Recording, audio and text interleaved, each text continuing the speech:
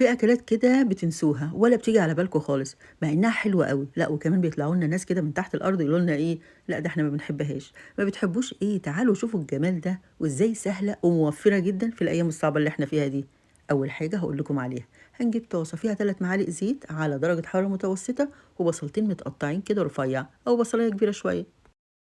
أنا مش عايزة أحمّرها خالص يا جماعة ولا تاخد لون، أنا يا دوب بس هادبّلها يعني هاطلّع التسكيرة اللي فيها، ويا سلام بقى لو في قرن شطة كده يعني يكون متوسط حتى متقطّع رفيّع، ولو مش عايزين مش مشكلة، المهم يعني أول ما ياخد لون خفيف كده اطفوا عليه على طول، وبعد كده بقى تعالوا للبيض، أنا هنا هاعمل 7 بيضات، يعني هاعمل صينية متوسطة، أي بيض عندكم بقى بلدي مش بلدي اللي يريّحكم، بعد كده هاحط عليه واحدة من الفلفل الرومي متقطّع رفيّع. ومعلقة توم مهروسة ويا ريت بقى تكون فريش، وبعد كده هاحط البصل اللي أنا حطيت عليه الفلفل الحراق ودبّلته شوية أو يعني كرملته زي ما بيقولوا، وبعد كده بقى التوابل اللي هُم 3 حاجات بس، هاحط كمون وهاحط فلفل أسود وملح، ربع معلقة كمون، نص معلقة فلفل أسود ومعلقة ملح صغيرة، بعد كده بقى تعالوا لأهم تركاية في الموضوع كله، عارفين اللي في المعلقة ده إيه؟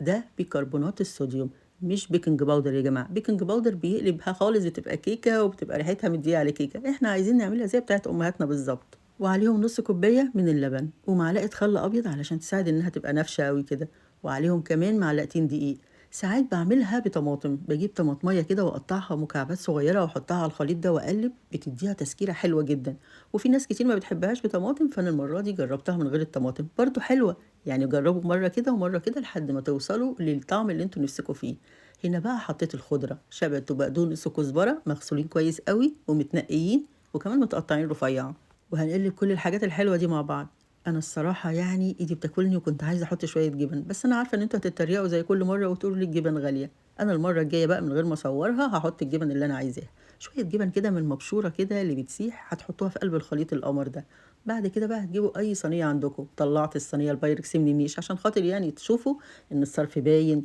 وإن أنا ما باستخسرش فيكم حاجة، هاحطهم بقى في الصينية البايركس اللي أنا حاطة من تحت كده فيها مسحة زيت، وبعد كده على الفرن على طول. درجة حرارة الفرن 200 هنعامل الصينية دي زي ما يكون حاطين كيك بالضبط، هنحطها وبعدين نسيبها حوالي نُص ساعة، نُص ساعة ل5 دقايق لحد ما نحط الشوكة كده ونحس إن هي خلاص استوت عشان تطلع بالجمال ده. يا نهار أبيض على الحلاوة! يا سلام بقى لو شوية جبن من فوق كانت ادّتها يعني عظمة فوق العظمة.